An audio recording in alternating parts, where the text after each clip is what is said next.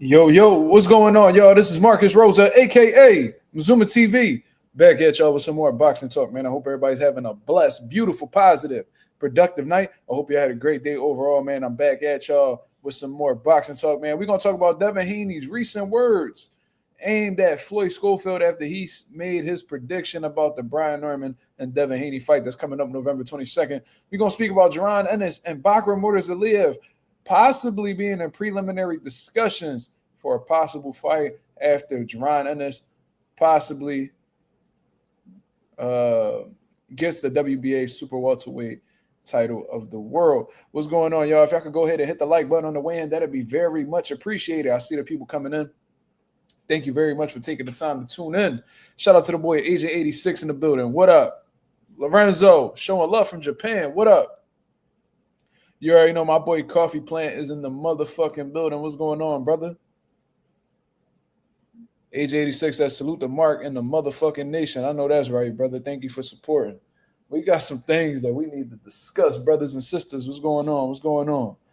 How we feeling today, man? How's y'all days been going overall, man? Today was very tiring. I ain't gonna lie. I don't know what it was last night, bro. I could not stay asleep. I don't know what it was, bro. Like, I'm talking like 4 or 5 in the morning. I'm having trouble breathing. You know what I mean? Like, it was a weird situation. Nothing I ever really experienced before. You know what I mean? I don't know if it was my allergies that triggered my asthma or some type of anxiety, bro. I don't know what it was, but that shit was very unusual. Didn't get to sleep how I wanted to at all. So, you know what I mean? I'm going to definitely try to be in and out with this live, to be honest, because I need to catch up on some rest, bro. I was falling asleep at work and shit. I felt good the first few hours. Then, like, once it hit, like, 1, 2 o'clock, bro, I was holding on for dear life. I feel all right now. I don't know what it was, bro. I clean my crib every week. You feel what I mean? And, you know, my cats be shedding and all that, but I always make sure that they, you know what I mean? They, you know, I clean them up and, you know what I mean? All the furniture, I make sure. I don't know. I don't know. Ralph, what up? What's going on? What's going on? Yeah, Monday definitely trash. I agree. But I got my son tomorrow, so I'm really looking forward to that, of course. Let me go ahead and bring this information up so we can get these boxing talks started, man. Y'all go ahead and hit the likes, man. Y'all go ahead and hit the likes. Let's get the algorithm on the up so the people know that Mazuma TV is live. You know what I mean? Let me see. Let's pull it up.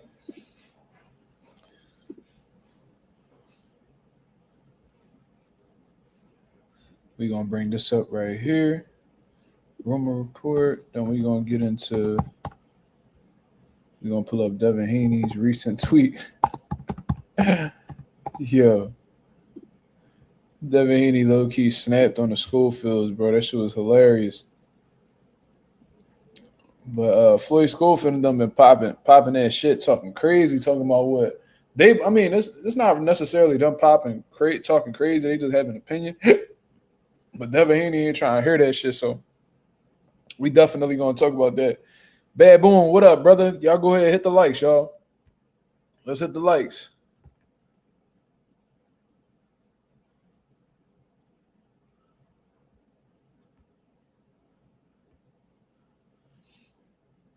Let's hit the likes. Let's hit the likes. Let me see where the likes is at real quick. Before I get to cooking, let me see. Let's see where the likes is at. Let's see. Where we at? We got 11 people in the building, 6 likes. Come on, y'all. Let's get it up. You said who the auntie or the son? Both of them, because from what I saw, they was both in the video. So I guess auntie's letting his son, you know, do interviews now, but, you know, supervised interviews, which is absolutely fucking insane to me. I don't understand why he feels the need to be a part of these interviews. But, you know, it is what it is, man. Y'all be talking about Bill Haney and these motherfuckers be crazy and all that. You know, even T.O. Sr., who I don't fuck with. You know what I mean? If y'all know, y'all know. But at least they let their sons, you know, handle their own interviews and shit like that. Like, they be doing their own talking and popping their shit for promotional purposes, but at least they let their sons do their own thing. You know what I mean? And don't be holding their hand. I've never seen a father hold a son's hand. A grown, they calling this nigga Kid Austin. The nigga got a child. He's not a fucking kid no more. He's a grown-ass man. You feel what I'm saying? So it's like, why the fuck is you holding your son's hand during an interview, bro? Don't nobody really want to hear you talk for real. We want to hear your son talk because he the one rumbling. Now, if they want to talk, they want to have like a coach interview, and you know, that's when you come into play. Like, come on, bro. Don't nobody want to hear what the fuck Auntie gotta say, but you know what I mean? Since we on it.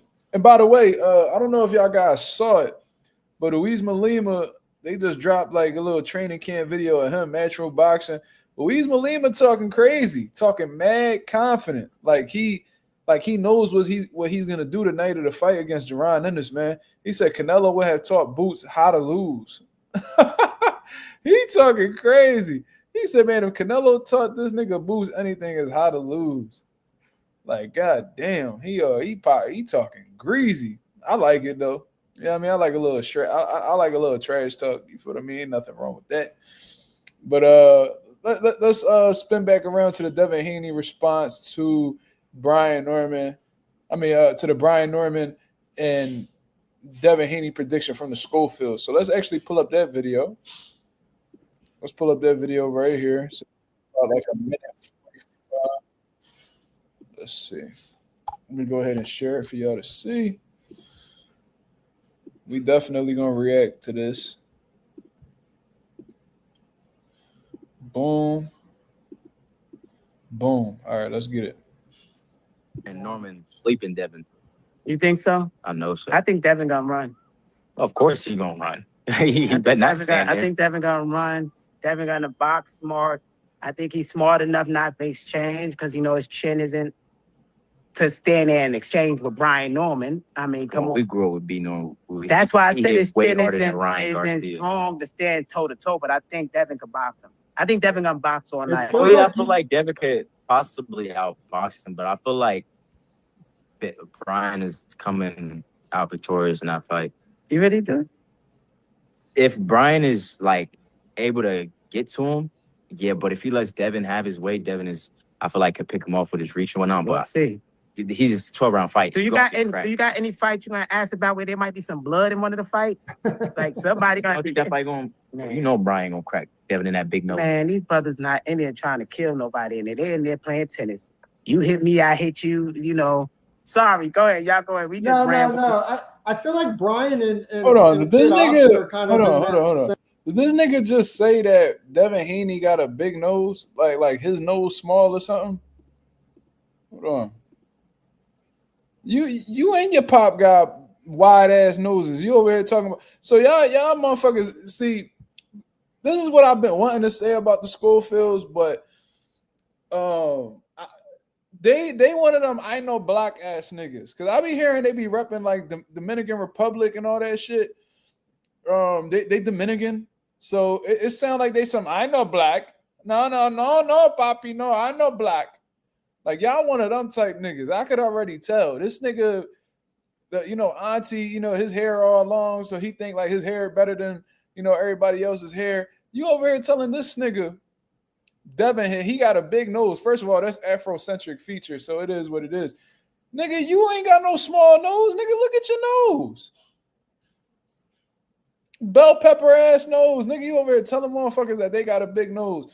Nigga, who the fuck is you? And your pop look like a snapping turtle. And you over here telling niggas that they got big noses. I not black, papi. I not black. I Dominican.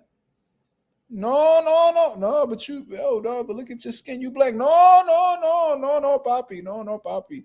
I Dominican. I Dominican. I Dominican. I know black, papi. I know black. That's the first thing. I always been wanting to say that shit about the Schofields. They pissing me off. You know what I mean? Like when these black motherfuckers got a little bit of Hispanic in them, or like they be swearing they foreign. Like nigga, stop it.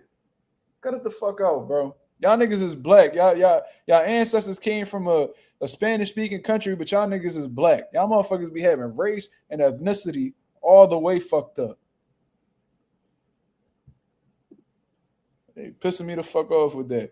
And you got on some real shit, a lot of Dominican niggas is zesty. So it makes sense why the auntie right here be repping DR. A lot of them niggas be moving mad fruity with them neon colored button up shirts. You know what I mean? Tight ass jeans looking like leggings. Could see they motherfucking you know what I mean? You can see they motherfucking veins in their calf muscles through their motherfucking jeggings and shit. Like, it makes sense that these niggas is Dominican. I ain't even gonna lie. Shout out to my non-feminine Dominicans though. Go ahead, y'all go ahead. We just No. I feel like Brian and Kid Austin are kind of in that similar realm that you guys are both kind of on the come up, just in inboxing, you know, knock out like guys and can fight, you know, can box. Yeah. He said it's the dads. I think that's what it is. The dads on their ass pushing them. And we know the Normans. Like Floyd did his amateur career in Georgia right along with them. Like to the point that I told Floyd to go in there and spar him. Floyd like, Dad, he's 14, I'm 9. You know, type thing like I was like, what the hell? You know, yeah. So we know them like that. So I don't think Devin want to stand toe-to-toe in exchange with this guy. Hey.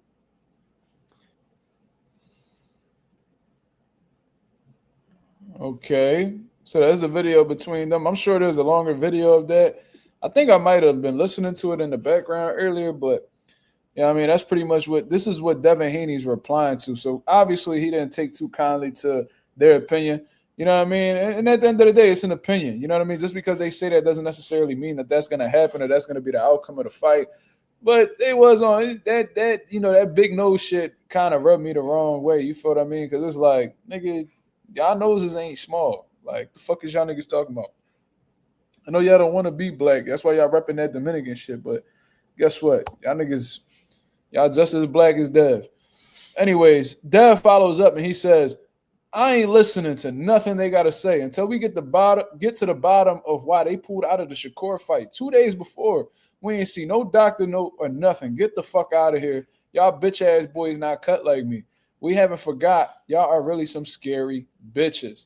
Now, isn't this so ironic that Devin Haney's coming out and saying this when I literally said something very similar to that yesterday? I was saying how these niggas, especially Auntie, he be coming out and making all these accusations. Say that I did not say this yesterday, y'all. I said this nigga be making all types of accusations, don't ever show no type of proof. He's like, oh, we got the proof, but we never see it. I'm glad Devin Haney brought this shit to the light because these niggas always be making accusations saying that somebody did something to him, and then they say they got proof, and then we never see the proof. Where the fuck is it? I dead said that shit. See, Anonymous, he be peeping what I'm talking about. Bro, because it's a fact.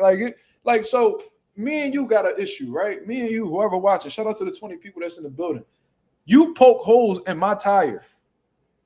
Like you poke holes on all 4 of my tires. I gotta get all my tires replaced because you out here drawing on me. You feel what I'm saying?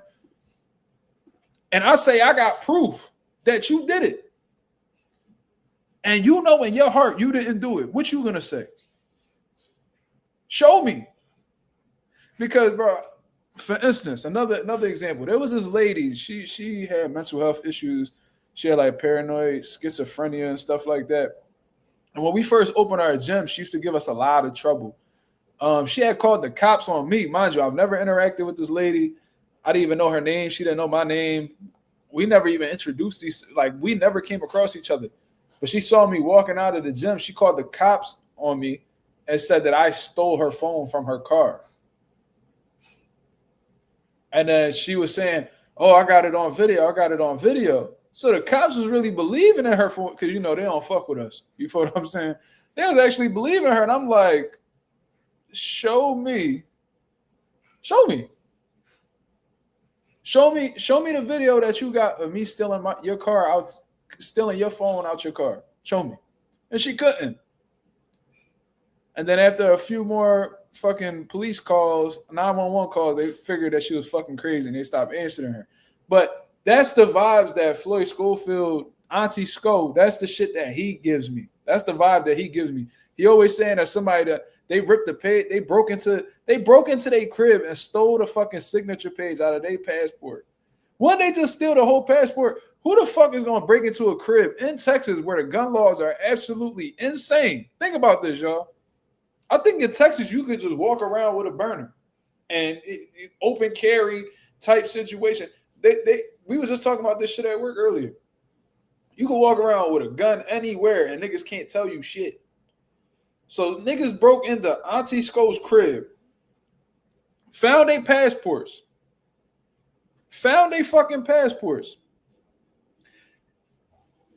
ripped one page out of the passport and snuck their ass out your crib.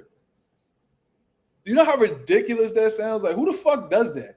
Who gonna risk their life to rip a page out of a fucking passport book? Huh?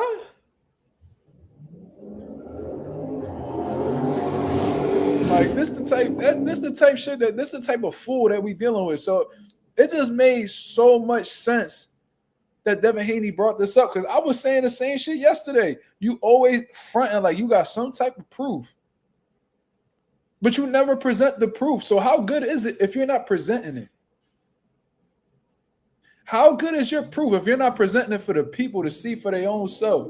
Because you over here trying to make it seem, you over here trying to validate yourself by saying you got proof. And if you showcase it and we see it, we will take your opinion. We will actually take you more serious. But when you pump faking proof, but never releasing it for the people to see, you're kind of coming across as a fraud. You feel what I mean? So in all honesty, I see where Devin Haney's coming from. Y'all bitch ass niggas. And y'all was in the gym like a week later.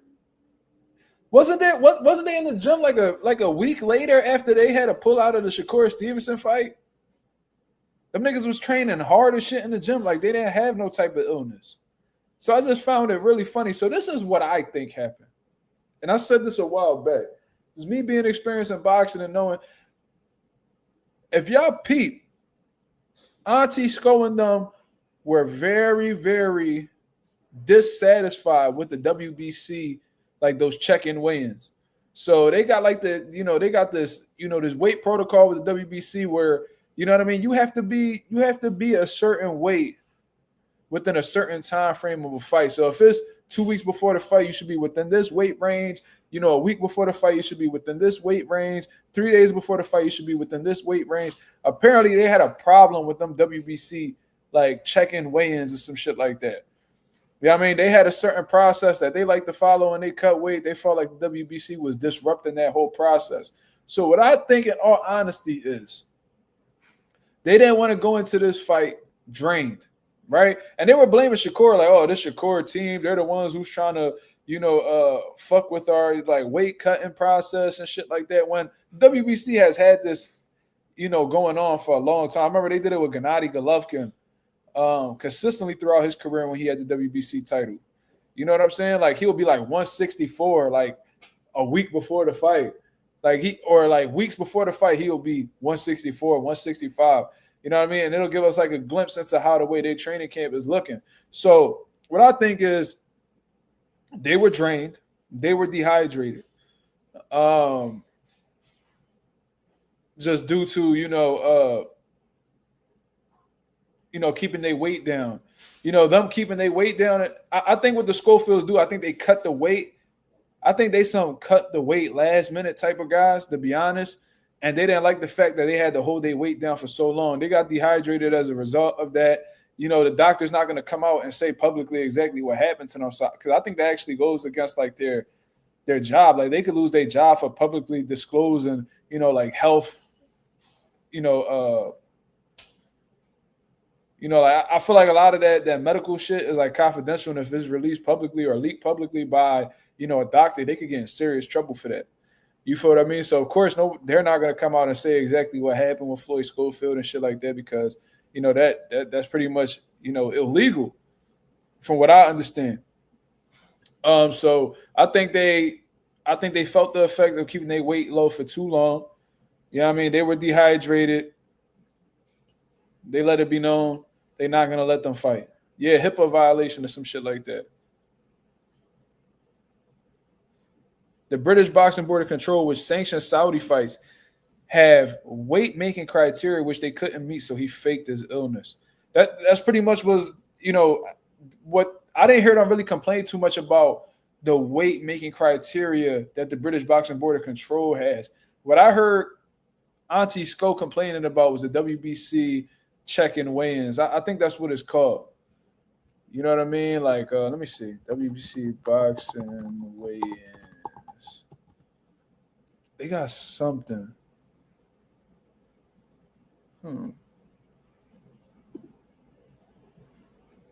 Yeah, so they call it pre-weigh-ins. So you got the WBC weight management program requires multiple weigh-ins before a fight, 30 days, 14 days, 7 days. So they had an issue with that. Boxer must not exceed 10% over the division's limit. Boxer, that's 30 days before. So you can't be 10% over the weight division's limit. So what, 10% of 135 is, shit, I don't even know. 135, what's 10%? 13 pounds, 13 and a half pounds, right? So they can't be no more than 148 and a half. They had a problem with that. Then 5% of 135, then 3%. They have this safe weight management program, and I'll share it for y'all to see. Hold on, because Devin Haney done said what he said. We ain't gotta dwell on that too much longer. But this is what the Schofields had trouble with, in my opinion, just based off of how the way they was complaining in them interviews. WBC, this is something that the WBC does: pre-weigh-ins. Boxer must not exceed 10% over the weight division's limit 30 days before. 14 days before, boxers must not exceed 5% over the division's limit. 7-day pre-weigh-in. Boxers must not exceed 3% of their division's weigh-in, of their division's limit. This is the final official weigh-in where boxers must be at the exact weight of their division. This is for fighter safety and fair competition. So this is pretty much to prevent weight bullies and ensure their safety and making sure that they're cutting weight properly. You know what I mean? I think they had a serious issue with that. They fell ill to, having they weight low for an excessive amount of time. Because like I said, I think they cut all the weight last minute. They weigh in that weight for a short amount of time, then they rehydrate after the weigh-in. The fact that they had to keep their weight low that long, Floyd Schofield might have been severely dehydrated and had to pull out as a result of that. But they blamed it on the illness, because they didn't want it to make it come across like they couldn't make weight or they were being unprofessional or, shit like that. That's what I think. You feel what I mean? I think the Schofields are full of shit. That's my whole thing. And, I just find it funny how, they trying to come back into the scene and act like, Shakur is the reason why they didn't fight. Nigga, it was you. Shakur showed up. Shakur made weight. Shakur was doing interviews telling the whole world that he feels like Floyd Schofield was going to pull out. Am I lying or am I telling the truth? He said that shit. I forgot who he said it. I think he said it with Andre Ward. Andre Ward interviewed him. He was like, man, I feel like he ain't going to show up. He like, nah, man, don't say that. He was like, bro, I swear, I feel like these niggas not going to show up. Whole time y'all didn't. So that made y'all look even more pussy. You know what I mean? And he knock out Tevin Farmer, and all of a sudden everybody's supposed to just ignore that what he did with Shakur. And nigga, get the fuck out of here, bro. Get out of here, bro. We not gonna forget that shit. Yeah, you knocked out Tevin Farmer. Yeah, that win looked good because Tevin ain't never been knocked out like that. And he done gave Cepeda tough fights and Murtazaliev tough fights, and basically everyone tough fights. So you stopped doing in the first round. Now we supposed to forget that you found a way out of the Shakur Stevenson fight? Man, miss me with the bullshit, bro. Miss me with the bullshit. Ralph was like, yeah, Shakur kept saying that. Even at the first press conference when Schofield didn't show up, Shakur was saying, I hope he doesn't get cold feet. Hey, man, everybody thought that they was in over their head for taking that Shakur Stevenson fight. They didn't take any fights prior that made us feel like he was ready for Shakur. I think they understood that they was in over their head against Shakur. And I think they found a way out. That's just my personal opinion. Because, there's a lot of motherfuckers who be dehydrated before weigh-ins and they don't make any excuses. They make the weight, and then within that 24 hours, they try to rehydrate. You know what I mean? Like, people come in dehydrated all the time. I think you use that as an angle to get out of the fight so you won't look pussy. And you're like, oh, we didn't pull out the fight. The British Boxing Board of Control, they pulled us out of the fight. Yeah, they pulled y'all out of the fight because y'all made it obvious that y'all had something wrong going on with y'all. Then nobody poison your son. Y'all niggas didn't cut weight properly. That's all. Shakur needs to fight us. Shakur needs to fight us. Like, nigga, he tried to fight y'all. And y'all found a way out. So why would he give y'all another opportunity? You know what I mean? Because with Shakur, he probably feel paranoid. Like, damn, if I get this nigga another opportunity, he probably pull out again. Am I really about to devote myself to a 6 to 8 week training camp just for a nigga to pull out? And then I got to worry about where I'm getting my money? If you're going, Shakur, I'm going to say this, Shakur. That's if you watch. If you do fight Floyd Schofield, you better make sure you have an alternate on standby. You're gonna have to pay another nigga in order to, really lock in a fight with Schofield. Because for real, they not reliable, bro. They not. They pulled out of the Lucas body, John, too, right? They pulled out of the Lucas body, John. He talking about, oh man, I can't wait to get my hands on Lucas body. Nigga, you could have. Then they offer you the Abdullah mate. Yeah, Barack. I already know. I'm knowing. I'm tuned in. I've been seeing they moves. They turned down Abdullah Mason. Yeah, they reached out. Abdullah Mason and them reached out. They wanted to lock in that fight. Then they was asking for millions. They was asking for a good amount of money. Knowing damn well Abdullah Mason ain't at no point in his career right now where he could give a motherfucker 7 figures to fight. They were supposed to fight body. I remember. I think they pulled out with an injury or some shit like that. Never disclosed what injury it was. No type of surgeries. No doctor records. See, and you can't tell me that's impossible to provide because niggas don't even remember when when Caleb Plant was about to rumble Jose Uzcategui, right? They were supposed to fight at one point in time. Caleb Plant had an injury on his hand, I believe. I think he broke his wrist, some shit like that. He had a hand injury.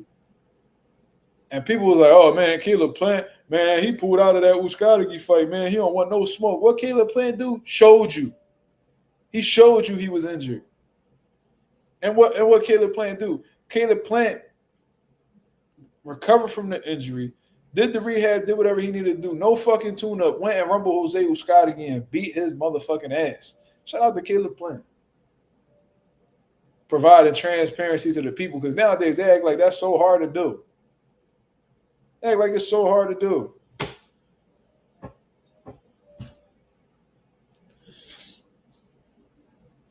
Southwest Dice. Shout out to the boy Southwest Dice in the building.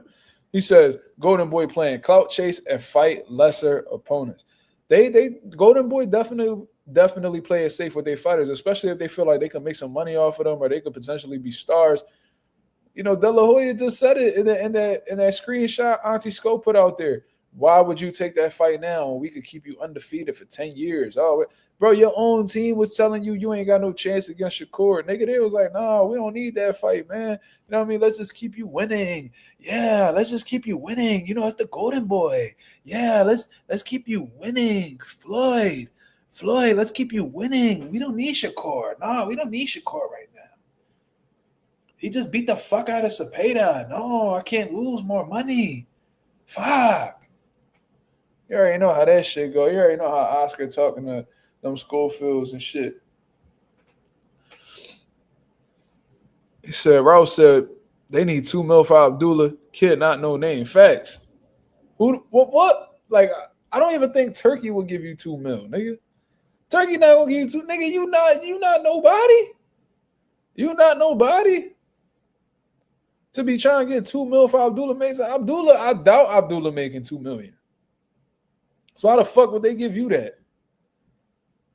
Man, listen, they know what they doing, bro. They be playing, they kind of like the Normans, like Brian Norman Sr. They be popping all this big shit, talking about how this person don't want to do that, and this nigga's a bitch, and that nigga ain't shit, and they don't want to fight us. And then when motherfuckers come to the table and offer you something, all of a sudden y'all niggas finding a way around it. And then y'all strategically word it in a way where or you take this type of angle where y'all niggas, where it don't look like y'all niggas is the ducks and niggas is avoiding y'all.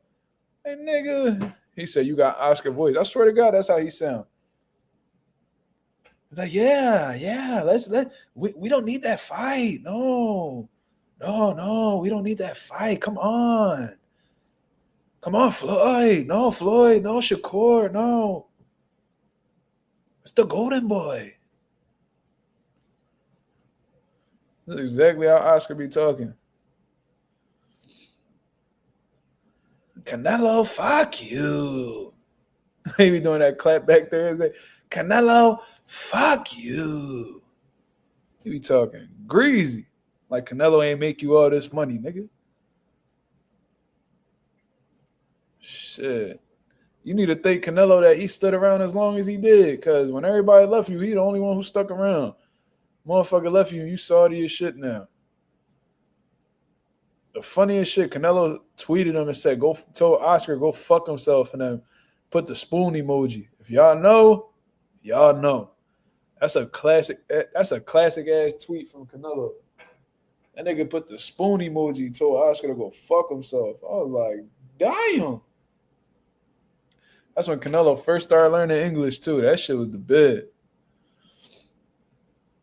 Yeah, Golden Boy formula is to get dudes to about 30 to 40 wins, then cash them out. Yeah. Yeah. Did that with Cepeda just now, with Shakur and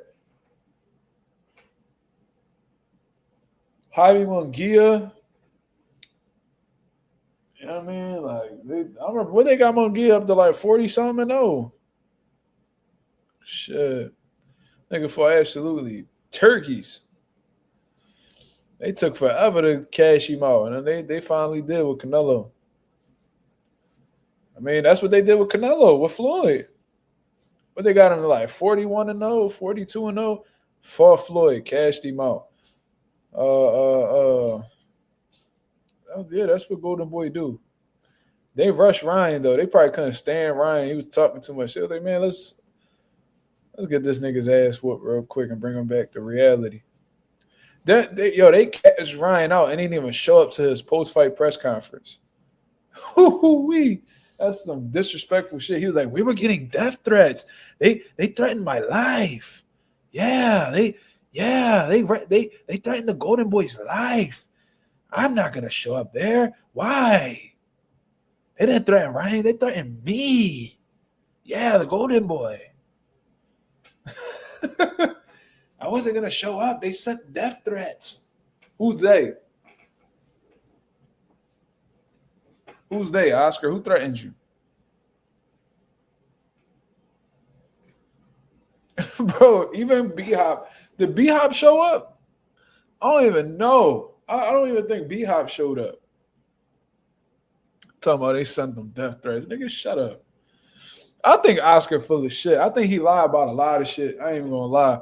He said the cartel put. Now this is possible because Chavez, he was real cool with them cartel niggas in Mexico. They said that while he was in the middle of training camp, the fucking the cartel pulled up and was like, oh, if you hurt Chavez, we're gonna go after you and your family.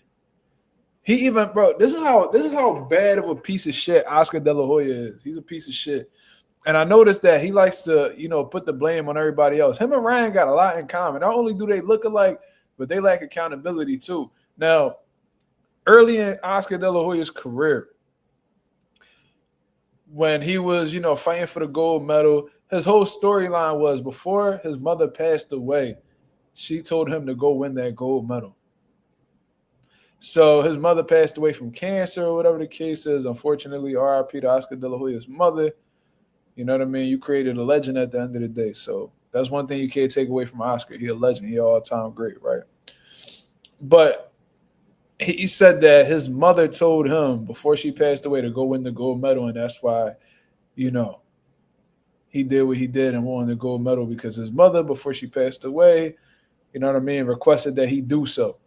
Whole time, she never told him that. And it took him decades to admit it. You created this story. You lied on your dead mother to create a story to make yourself look good. Bro, that's sick behavior, bro.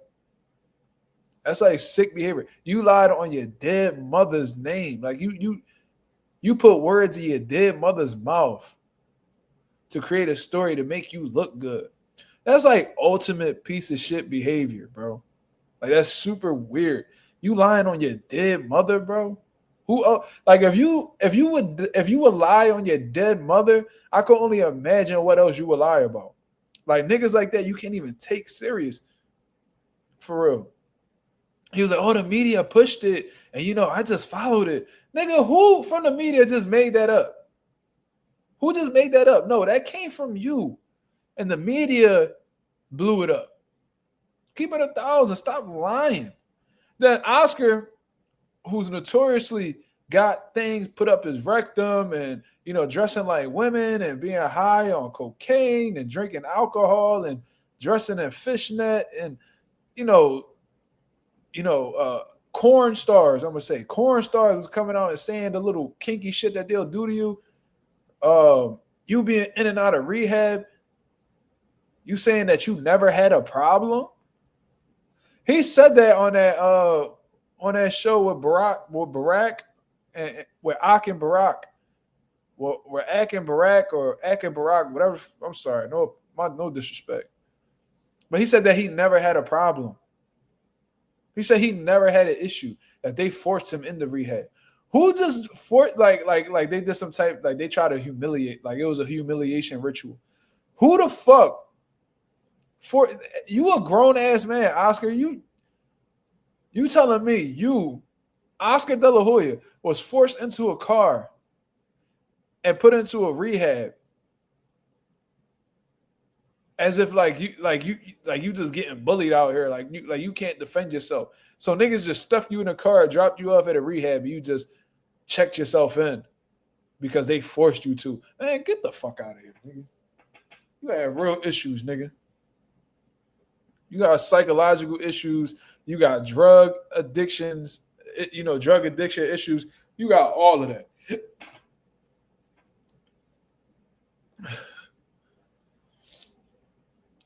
This is an absolute goofy. I don't even know how we went on this Oscar De La Hoya shit because Schofield and them. But yeah, man, Oscar be bugging. I don't believe nothing that motherfucker be saying. Like, if you lie on your dead mother's name, you'll lie about anything. That lets you know he ain't got no ceiling on shit that he will lie about. You feel me? But anyways, I forgot. Y'all let me know in the chat real quick. We got 35 people in the building. Pound for pound, the page on Twitter, are they credible or no? Y'all let me know. I know we spoke about it before, but I don't remember what y'all said. Is Pound for Pound on Twitter, is he a reliable source? When he comes out with these rumor reports, is he credible or not? Because I don't be on Twitter. J Cash, what up? Eugene, what up? What's going on? What's going on? Somebody please let me know. Like and share the live. Absolutely. Appreciate that, brother. Thank you, man. Can anybody confirm or deny whether he's credible or not? I know my boy Anonymous be on Twitter. God, let me know.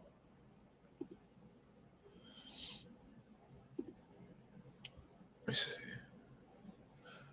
Well, until we figure that out, man, let me go ahead and share the screen for this rumor report that came out from Jaron Ennis. He said, can you repeat that? The boy Pound for Pound on X. Pound for Pound. Pound for Pound Boxing. He's followed by Boxing and Barbecue and a few other boxing media outlets. Is he credible or not?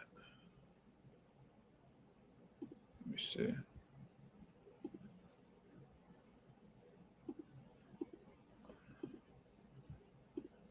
Because this is, said, to be honest, no, he ain't that credible. He be stirring shit up. Well, okay. That's good to know. So we're going to take this with what they say, a grain of salt. So Pound for Pound came out with this rumor report right here, and it says, per sources, wherever the fuck sources are, Boots' team and Bakhram's team have already had preliminary discussions regarding the future unification fight if Boots becomes the WBA champion. Both camps reportedly have no issues in making the unification fight. Now, people have their opinions below.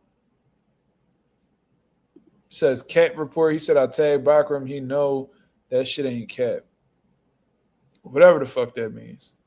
I don't know why. So all you gotta do is tag Bakhram, and all of a sudden your report is stamped. I don't know. But that sounds like a long drawn out process, to be honest with you, because it's saying if Boost becomes a WBA champion, Boost might not be able to get that WBA title for God knows how long. You feel what I mean? I heard the WBA interim is on the line. Barao, who I believe is going to be elevated to WBA full status champion. Who knows how long the WBA is going to take to mandate Barao to fight Jaron Ennis. You know what I'm saying? We don't know if Barao is going to be too willing to face Jaron Ennis next. Like, we don't know how long that's going to take. So, this fight will only progress in talks under the condition that Boots becomes WBA champion. I don't know whether I buy that or not. I don't know if preliminary talks are necessarily being made as of right now. I can ask, YSM. I mean, I can tap in with my people that know Jaron Ennis to see, what's true and what's not. But I don't know, bro. Like, I don't know if I'm really buying this right now that Jaron Ennis and Bakhram are in preliminary talks.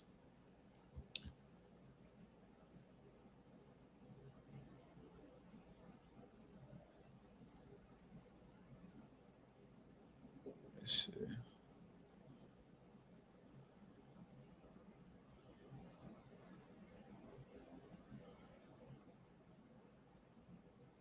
Yeah, I don't know if I'm really buying it. He said Barao has already been elevated. Okay, cool. So I'm glad you said that, Barack. So with that being known, let's say Boost beats Lima Saturday night. He becomes the WBA interim champion. He got the IBO world title, all that good stuff, right? How long is it going to take the WBA for them to mandate Jaron Ennis to fight Barao for their title? Is that something that's going to happen? Anytime soon? We don't know.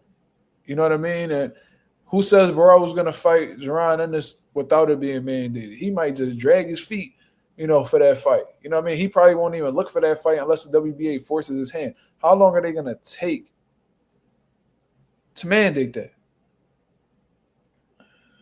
And who knows? Jermell Charlo might just pop up out of the woodworks if he don't get that Errol Spence fight and be like, oh, I'm the WBA champion in recess. Let's run it. And by their rulings, the champion in recess could pretty much call for the fight whenever he feels like he's ready. Probably 18 months for a mandate. Okay, so Boots is going to wait 18 months after he wins the WBA interim? I don't think that's going to happen. So he's going to have to wait 18 months to get a shot at the WBA title. And then he's going to face Bakhram Murtazaliev. How we know Bakhram Murtazaliev is going to have a title in 18 months? How do you know he doesn't move up in the next 18 months? See, this is why I don't really believe in this report right here, because this report is strictly stating that the unification fight, discussions regarding a future unification fight if Boost becomes a WBA champion. So this shit only goes into play, to be honest, if Boost wins the WBA. How long is it going to take for him to win the WBA? And who's to say that, without the WBA, that Barao will fight him? I mean, without the WBA mandating it, how do we know Barao will fight him? Barao might give Boost a really hard time at getting that opportunity. So, as long as he don't have the WBA, most likely they won't be fighting. So I don't know if I necessarily believe this report. Y'all saying that he's not really anonymous say he's not really credible. So what can I do? I mean, what am I supposed to believe? If he's not that credible, he just be stirring the pot sometimes. It's hard to take these type of reports serious, but it did intrigue me, so that's why I felt the need to talk about it. Shout out to the 40 people that's in the building, man. We done spoke on both topics, man. We spoke about Devin Haney responding to Floyd Schofield's prediction, on Norman, knocking out Devin Haney in their opinion. We spoke about Jaron Ennis and Bakhram Murtazaliev possibly being in preliminary discussions. You feel what I mean? So I'm going to open up the platform, you know what I mean, for the next 15 minutes.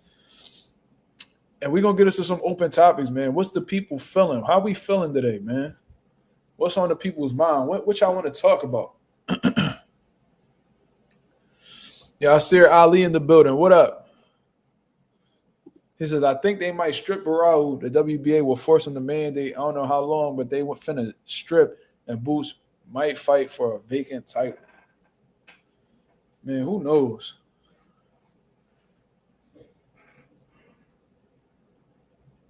I don't know if Barao would duck though, but then I'm hearing Barao might give Conor Ben an opportunity. You know, if after Conor Ben's fight with Chris Eubank, like, I don't know, bro. There's a lot going on. I don't think he's necessarily rushing to fight Boots. Just my opinion. Not saying he a bitch, but you know what I mean, if you're already talking about possibly giving Conor Ben an opportunity, especially if he comes off 2 losses back to back, it's like, all right, bro, what we doing?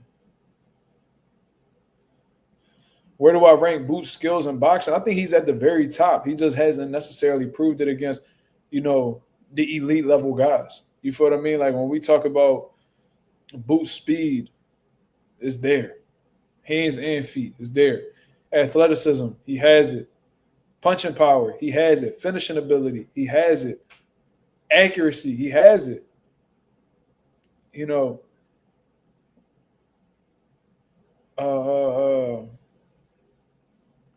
counter punching ability, he has it. He definitely can be elusive as well. So I think he has. I know with the type of chances you take when the type of chances that Boots takes, you're bound to get hit. But whenever Boots is in that mode where he's being elusive and he's not allowing you to touch him, he could perform at an elite level there defensively as well. I think he has a world-class jab.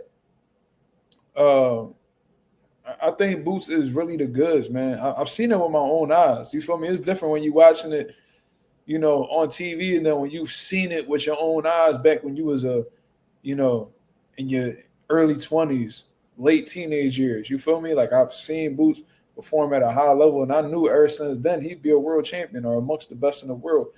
And it's coming right before our eyes. You know what I mean? So skill-wise, I rank Boots amongst the top guys. And I say that because wait, I'm sorry, I got caught up in the comments. Would you like Boots to have an IBF title as the first title at 54? I don't think that's going to be Boots' ideal title for a first title, because I don't think he really wants anything to do with that rehydration clause, you know, anymore. I think he felt the effects of that. And I think that he would rather get another major title than unify with the IBF. That way he could just avoid the rehydration situation overall. You know what I mean? And he might not be too enthused with how the way the IBF be mandating fights and stuff like that. Like Boots was trying to unify and they ordering him to rematch Karen when he beat him less than a year before that. You know what I mean? So I don't know. I don't think the IBF will be the first title he'll explore, but I think eventually he'll get to it. Where do I rank his jab? See, the problem is the reason why I don't got Boots like in the top 3 is because he doesn't use it as consistently as the other guys. When I'm thinking of like Devin Haney stays on the jab. Richardson Hitchens stays on the jab. Jamal Charlo, he stays on the jab. Stephen Fulton, he stays with the jab. Like Boots, he's so athletically gifted, such good reflexes, such good speed.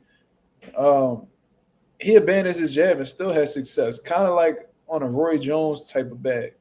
You know what I mean? Like Roy didn't really throw that many jabs, but he didn't really need to because he was he was lightning fast with devastating power. You know what I mean? And shit that you can't really prepare for because Roy was so unconventional with his combinations. You didn't really know what was he had an aura of like unpredictability, you know, offensively, and it really threw people off. Bud definitely has a great jab. Bella, he showcased that. He showcased that in that Earl Spence fight. Beautiful jab. Absolutely. I agree 1,000%. But the reason why I don't got Boost ranked up high with those other guys is because he doesn't use it as often as those other guys. You feel me? I think part of, having a world-class jab is using it consistently. And even when your opponent knows that's what you're throwing, they can't do anything about it. Roy cut distance real quick with his first step. Facts. He definitely did. Very, very quick. Roy is the most gifted fighter that I've ever seen in boxing, bro. At his peak, he was by far, in my opinion, the most gifted fighter ever that we've come to see. Bivol. Like Bivol. Hitchens do got a nice jab. I be hating on Hitchens, but I get a motherfucker credit. He got a good jab.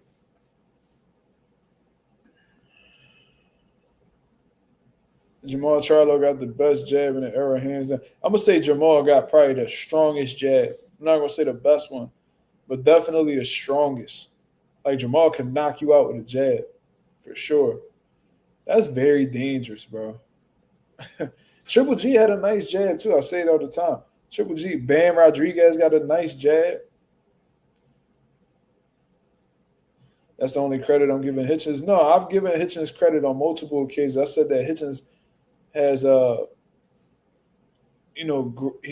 he's technically sound.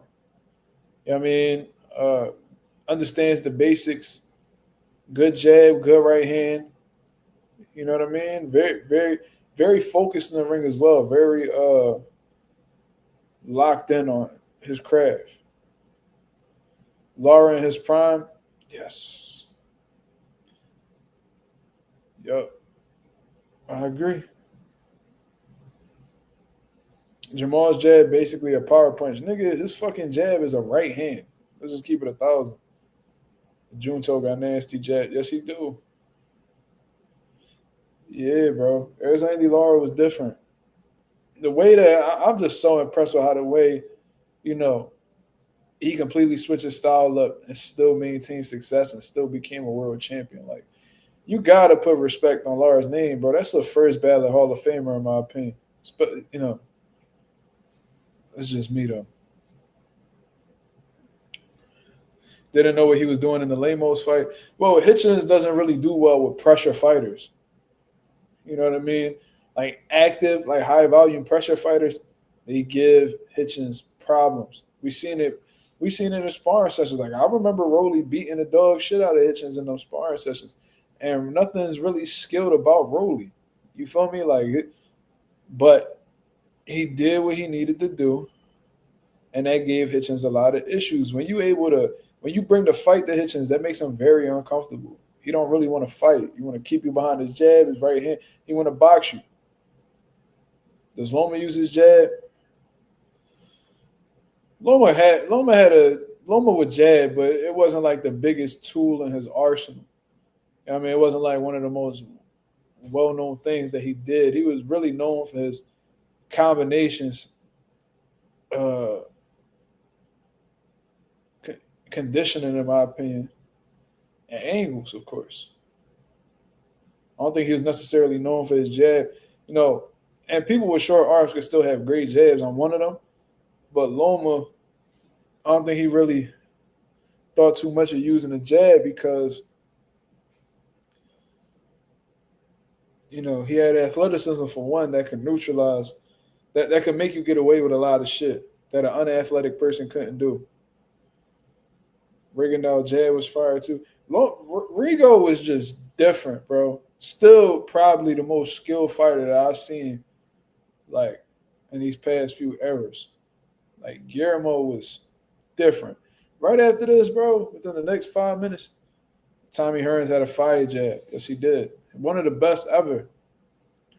But Guillermo Rigondeaux, bro, had to be like the footwork, the technique behind his punches, his counter punching, his timing, his understanding of the ring, walking you in the shots. Like, Guillermo's dangerous. How did you see the Loma versus Dev fight initially? I thought Devin edged at 7-5, and I still think that to this day. I think a lot of people didn't take into consideration Devin Haney's,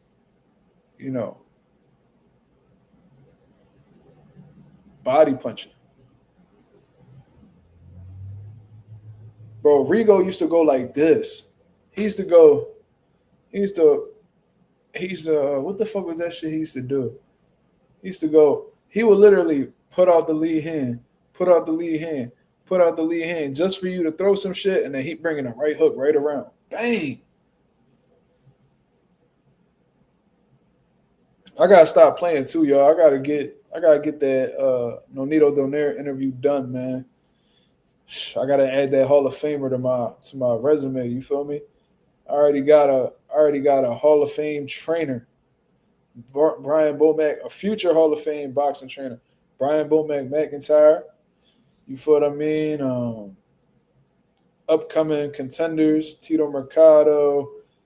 You know what I mean? We got Breadman. You know what I mean? Who built the unified champion from the ground up. I mean, we gonna lock in that. Are you expecting some home cooking for Loma by Top Rank? I'm not gonna lie. I did think that was gonna be a factor because Devin was only signing like 1 to 2 fight deals with Top Rank. I think it was a 3-fight deal they signed. It was 2 fights with Cambosis, and then you fight Loma at the end. I thought on that last fight they was gonna at least have Loma try to walk away with the belts. You feel what I mean? Because Top Rank was really shooting for Loma to be undisputed. He just crumbled at every opportunity. He could have became undisputed in that Dev fight, but he didn't. The Loma fight, the Loma and Tio fight, there was 3 out of the 4 belts. But even then, that was a unification fight. He fumbled the fight.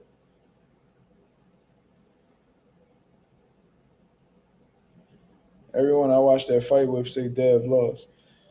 I think people just be paying attention. I think when people watch fights, they tend to remember the later rounds more. And Loma definitely picked it up in the later rounds, but I think Dev won a lot of those early rounds, to be real. So I had a 7-5 Haney. But that was a close competitive one. I'm not gonna make it seem like, Loma got smoked. No, he did his thing. I just thought Dev was a little better than him that night.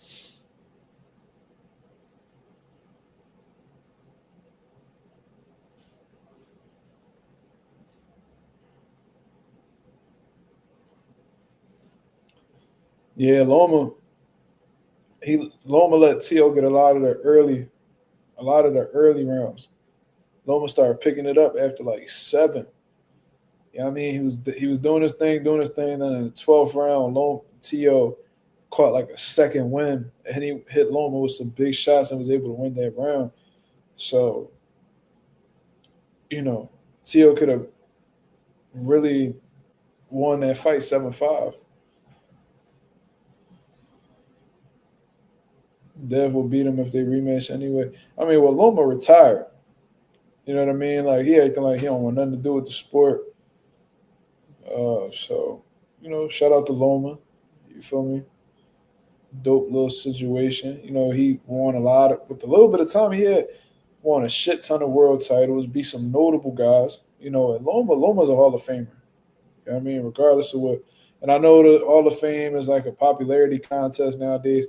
I get it. But when we talk about accolades and what Loma did in a short career, got to give him kudos. Because the way he was able to adapt from having over 400 amateur fights and then adapting to the pros, it's not easy. And then they throwing you in there with the killers by your second fight. A lot of people wouldn't have overcome the obstacles like Loma did. Transitioning from amateur to professional is very difficult. People make it seem like it ain't, but it could be very difficult. Tio is low-key a mythical fighter when he's fighting behind a jab. Tio's a type that, he's so big on his athleticism and, his, the gifts that God gave him that, he don't really care too much for a jab neither. Who was more exciting to watch, Loma or Tank? I mean, they were both exciting in their own ways. Like Tank, you know what I mean? He could be losing, hit you with one shot, put you on the highlight reel, or hit you with a body shot, and then you don't continue. See, fucking, wait, what? Oh, he's talking about the win against Gary Russell.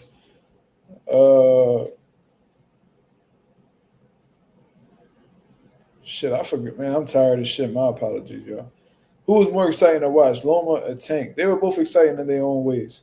You know, Tank, like I said, Tank could be losing, hit you with one shot, put you on a highlight reel.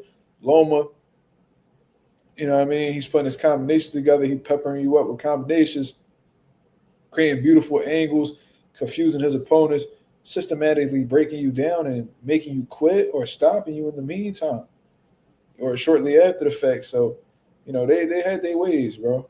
They were both exciting. Loma had a lot of exciting fights. And Tank got some exciting fights too. Let's get the last question in before we get up out of here, y'all. My apologies. I'm absolutely exhausted. I'm going to definitely come back tomorrow better, for sure.